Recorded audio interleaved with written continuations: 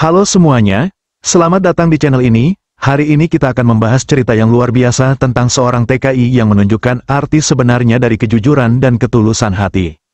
Ia menemukan sebuah jam tangan mahal, dan tanpa ragu sedikit pun, ia mengembalikannya kepada pemiliknya. Tapi siapa sangka, kebaikannya justru membuka jalan menuju sebuah kejutan tak terduga.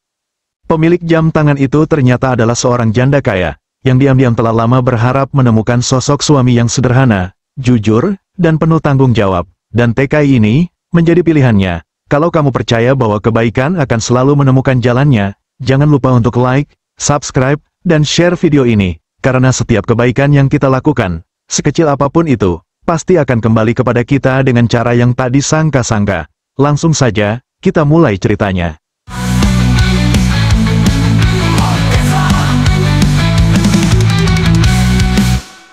Di balik gemerlap kota Seoul yang tak pernah tidur, hidup seorang pria sederhana bernama Erwin. Ia adalah seorang TKI asal Indonesia yang bekerja sebagai cleaning service di sebuah hotel bintang 5. Setiap pagi, Erwin memulai harinya lebih awal dari kebanyakan orang. Dengan seragam kerjanya yang rapi dan langkah yang penuh semangat, ia menyapu lantai-lantai mewah hotel tanpa sedikit pun mengeluh. Meninggalkan kampung halaman bukan hal mudah, jauh dari keluarga, jauh dari bahasa yang familiar, dan harus beradaptasi dengan budaya yang sangat berbeda, tapi Erwin menjalaninya dengan ketabahan yang luar biasa. Bagi Erwin, bekerja di Korea bukan sekadar mencari uang, ini adalah perjuangan, harapan, dan bentuk tanggung jawabnya sebagai anak sulung yang ingin membahagiakan orang tua di rumah. Rekan-rekan kerjanya mengenalnya sebagai pribadi yang jujur, sopan, dan selalu menghargai pekerjaan sekecil apapun. Meskipun hanya bekerja di balik layar kemewahan hotel, Erwin selalu percaya bahwa kerja keras dan kebaikan hati akan membawa hasil di waktu yang tepat, dan benar saja, tanpa disangka, sebuah kejadian sederhana di tempat kerjanya akan menjadi titik balik dalam hidupnya, kejadian yang akan mengubah segalanya, tentang cinta, takdir, dan balasan manis dari sebuah kejujuran. Hari itu, seperti biasa, Erwin memulai shift paginya di lantai VIP hotel. Lantai itu hanya diakses oleh tamu-tamu penting, pebisnis, selebriti, dan tamu dari kalangan atas lainnya. Bagi Erwin, itu bukan hal istimewa. Baginya, semua area harus dibersihkan dengan tanggung jawab yang sama. Dengan membawa troli pembersih dan alat-alat kerjanya, Erwin melangkah ke toilet VIP yang belum lama kosong. Ia mengetuk pintu perlahan sebelum masuk. "Permisi, petugas kebersihan," ucapnya, seperti biasa, sopan dan berhati-hati. Saat ia mulai membersihkan wastafel, pandangannya tiba-tiba tertuju pada sesuatu yang tergeletak tak biasa di atas meja kecil di sudut ruangan. Sebuah jam tangan, bukan jam tangan biasa, desainnya elegan, permukaannya mengilap, dan tampak sangat mahal. Erwin langsung terdiam sesaat, ia mendekat perlahan dan mengambilnya dengan kedua tangan. "Wah, ini pasti punya orang penting," gumamnya pelan. Ia menatap jam itu sejenak, bukan karena tergoda, tapi karena merasa khawatir. Bagaimana mungkin barang semahal ini bisa tertinggal begitu saja? Sejenak, ia menoleh ke kanan dan kiri, memastikan tidak ada orang lain di sana. Kemudian, ia bicara sendiri, "Kalau aku simpan, siapa yang tahu?" Tapi kemudian ia menggeleng pelan, "Bukan, Win, bukan begitu caranya, barang bukan milikmu, ya harus dikembalikan." Tanpa pikir panjang lagi, Erwin mengambil plastik bening dari troli, membungkus jam itu dengan hati-hati, dan memasukkannya ke dalam kotak kecil. Ia langsung menuju ruang staf dan melapor kepada atasan shift. "Pak, saya menemukan ini di toilet lantai VIP, mungkin ada tamu yang tertinggal." Atasan itu, Pak Kim, seorang supervisor lokal, mengangguk sambil membuka bungkusnya. "Ini, jam tangan mahal sekali. Terima kasih, Erwin, nanti saya serahkan ke bagian lost and found." Erwin hanya tersenyum kecil, "Yang penting sudah saya kembalikan, Pak. Saya nggak mau ada masalah." Sore harinya, saat waktu istirahat, beberapa rekan kerja sempat membahas kejadian itu. "Hei, Win, kamu nemu jam tangan mahal ya? Katanya harga jam begitu bisa buat beli motor di kampung," kata salah satu temannya sambil tertawa kecil. Erwin hanya menjawab ringan, "Iya, tapi kan itu bukan rezeki saya. Lagian, kalau hilangin barang segitu mahalnya, pasti pemiliknya panik banget." Hari itu berlalu seperti biasa, tapi yang tidak Erwin tahu, jam tangan itu bukan sekadar barang hilang, itu adalah awal dari perubahan besar dalam hidupnya, dan pemilik jam tangan itu adalah seseorang yang hidupnya tak kalah sepi dari dirinya. 3 hari telah berlalu sejak Erwin menemukan dan mengembalikan jam tangan mewah itu. Bagi Erwin, kejadian itu hanyalah bagian kecil dari rutinitas pekerjaannya. Tapi di balik kejadian sederhana itu, ada seseorang yang tengah cemas dan gelisah, Yo Mi-jin. Seorang wanita dewasa, elegan, dan penuh wibawa, ia bukan hanya tamu biasa di hotel itu. Mi-jin adalah pemilik salah satu butik fashion ternama di Seoul, seorang janda yang telah lama menjalani hidup sendiri setelah kehilangan suaminya dalam kecelakaan beberapa tahun silam. Hidupnya tampak sempurna di mata orang, harta berlimpah, bisnis sukses, penampilan menawan, tapi di balik itu, ia menyimpan kehampaan yang tak bisa dibeli dengan uang. Hari itu, Mi-jin datang kembali ke hotel dengan langkah tergesa. Ia langsung menuju meja resepsionis dengan raut wajah cemas. "Permisi, saya kemarin menginap di sini, dan saya rasa saya tertinggal sebuah jam tangan di toilet lantai VIP," ucapnya kepada staf resepsionis. Staf hotel langsung menanyakan ciri-ciri jam tersebut. Setelah Mi-jin menyebutkan detailnya dengan tepat, staf pun tersenyum dan mengangguk. "Jam tangan ibu sudah ditemukan oleh salah satu staf kami. Kami sangat bersyukur karena jam itu ditemukan oleh orang yang sangat jujur." Mi-jin tampak lega. "Boleh saya tahu siapa orang itu?" Namanya Erwin, Bu. Beliau petugas kebersihan di hotel ini. Mi-jin terdiam sejenak. Seorang cleaning service, tak disangka. Dalam benaknya, banyak orang mungkin akan tergoda jika menemukan barang berharga. Tapi pria ini tidak. Ada rasa kagum yang mulai tumbuh di hatinya. "Kalau boleh, saya ingin bertemu langsung dengannya," ujar Mi-jin. "Saya ingin mengucapkan terima kasih secara pribadi." Beberapa menit kemudian, staf hotel memanggil Erwin yang sedang membersihkan area taman belakang hotel. Dengan bingung dan sedikit canggung, Erwin berjalan menuju ruang pertemuan kecil tempat Mi-jin menunggunya. Saat melihat Erwin masuk, Mi-jin langsung berdiri dan tersenyum ramah. "Jadi, kamu yang menemukan jam tangan saya?" tanya Mi-jin dengan suara lembut. Erwin mengangguk sopan. "Iya, Bu, saya menemukannya di toilet VIP, lalu langsung saya serahkan ke bagian lost and found." Mi-jin menatap wajah Erwin sejenak. Wajah yang bersahaja, namun penuh kejujuran. "Boleh saya tahu, kenapa kamu memilih untuk mengembalikannya?" Erwin menjawab pelan, "Karena, itu bukan milik saya. Meskipun mahal, saya tahu, kalau bukan rezeki, nggak akan jadi milik saya. Lagi pula, saya juga pasti panik kalau barang penting saya hilang." Mi-jin tersenyum, matanya sedikit berkaca. Perkataan itu sederhana, tapi sangat tulus. "Kamu tahu, jam tangan itu adalah peninggalan terakhir dari suami saya. Bukan soal harganya, tapi kenangannya." Nada suara Mi-jin mulai bergetar, dan Erwin pun ikut terdiam. Ia tak tahu apa yang harus dikatakan, hanya menunduk dengan rasa hormat. "Maaf, Bu, saya nggak tahu itu barang kenangan, saya cuma ingin melakukan hal yang benar." Mi-jin mengangguk pelan, "Dan kamu sudah melakukannya dengan sangat baik." Sebelum berpisah, Mi-jin menyerahkan sebuah amplop kecil. "Ini bukan bayaran, ini hanya bentuk terima kasih saya, tolong diterima." Erwin menolak halus. "Terima kasih, Bu, tapi saya benar-benar ikhlas. Saya hanya ingin bekerja dengan jujur." Mi-jin tersenyum. "Baiklah, kalau begitu, izinkan saya mentraktir kamu makan siang suatu hari nanti, hanya sebagai teman." Erwin sempat bingung, tapi akhirnya mengangguk pelan. Kalau memang ibu tidak keberatan, mereka berpisah hari itu dengan kesan yang tak biasa. Bagi Mi-jin, ini adalah pertama kalinya dalam bertahun-tahun, ia merasa nyaman berbicara dari hati ke hati dengan seseorang. Seseorang yang tidak melihat kekayaannya, tidak memperlakukannya istimewa, hanya karena ia seorang wanita biasa yang sedang kehilangan sesuatu. Dan bagi Erwin, ia tak pernah menyangka bahwa kejujuran yang sederhana bisa membuka pintu pada sesuatu yang lebih besar. Sesuatu, yang bahkan belum bisa ia bayangkan. Beberapa hari setelah pertemuan itu, Erwin kembali menjalani rutinitasnya seperti biasa. Membersihkan kamar, mengepel lantai, dan memastikan setiap sudut hotel terlihat rapi dan bersih. Ia tidak berpikir banyak tentang pertemuannya dengan Yo Mi-jin. Baginya, itu hanya bentuk penghargaan dari seorang tamu yang baik hati. Namun, kehidupan kadang tak sejalan dengan dugaan kita. Suatu siang, saat Erwin sedang beristirahat di kantin staf, seorang pegawai resepsionis datang menghampirinya. "Erwin, kamu ditanya tamu di lobi," katanya namanya Ibu Yo Mi-jin. Erwin terkejut, bahkan sedikit gugup. "Sekarang, dia cari saya." Resepsionis itu hanya tersenyum. "Iya," katanya cuma sebentar. Dengan seragam kerja yang masih lengkap, Erwin berjalan pelan menuju lobi. Di sana, Mijin sudah menunggunya, duduk dengan tenang sambil memegang segelas teh hangat. Saat melihat Erwin datang, senyum hangat langsung terpancar di wajahnya.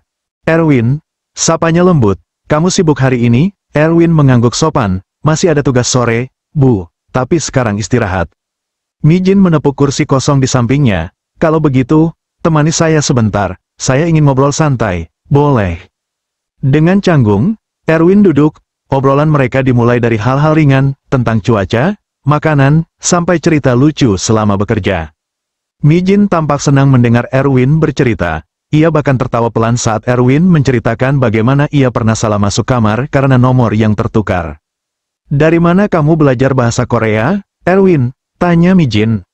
"Saya belajar sendiri, Bu, dari nonton TV, dengar orang ngomong, sama belajar dari YouTube. Kalau salah, ya dibetulin sama teman-teman."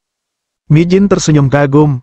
"Hebat ya, banyak orang menyerah karena susah belajar bahasa, tapi kamu bisa."